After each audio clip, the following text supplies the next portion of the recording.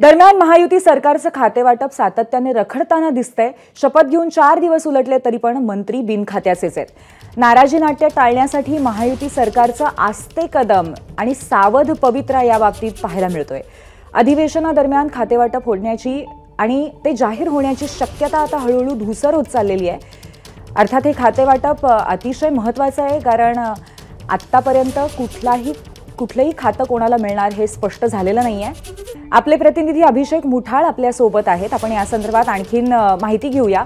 अभिषेक, खरं तर शपथविधीला वेळ लागला, त्याच्यानंतर मंत्रिपद कोणाला असतील हे सांगण्यास वेळ लागला, आता खातेवाटप चांगलंच रखडलंय, यामागची नक्की कारणं काय आहेत?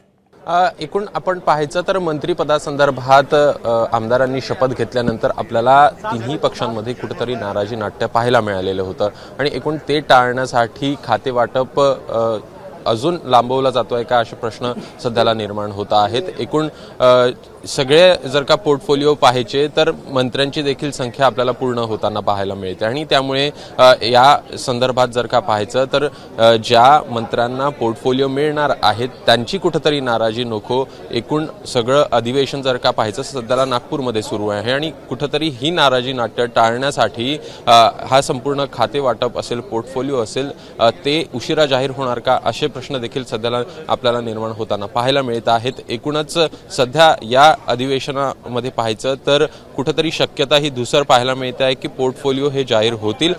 एकूण जे शेवटचा दिवस असेल, शेवटच्या दिवशी कदाचित हा पोर्टफोलिओ जे आहेत ते जाहीर होताना आपल्याला पाहायला मिळतील। तिन्ही पक्षांकडनं जी यादी आहे ती देण्यात आली असल्याचं देखील आपल्याला विश्वसनीय सूत्रांकडनं कळतं आहे। एकूण या संदर्भात मुख्यमंत्री राजभवनाला कधी हे संपूर्ण पोर्टफोलिओ पाठवतात हे बघणं महत्त्वाचं असेल। धन्यवाद अभिषेक, आपण दिलेल्या माहितीबद्दल। तर एकंदरीत हे खातेवाटप रखडणार असं स्पष्ट दिसतंय। एबीपी माझा, उघडा डोळे बघा नीट।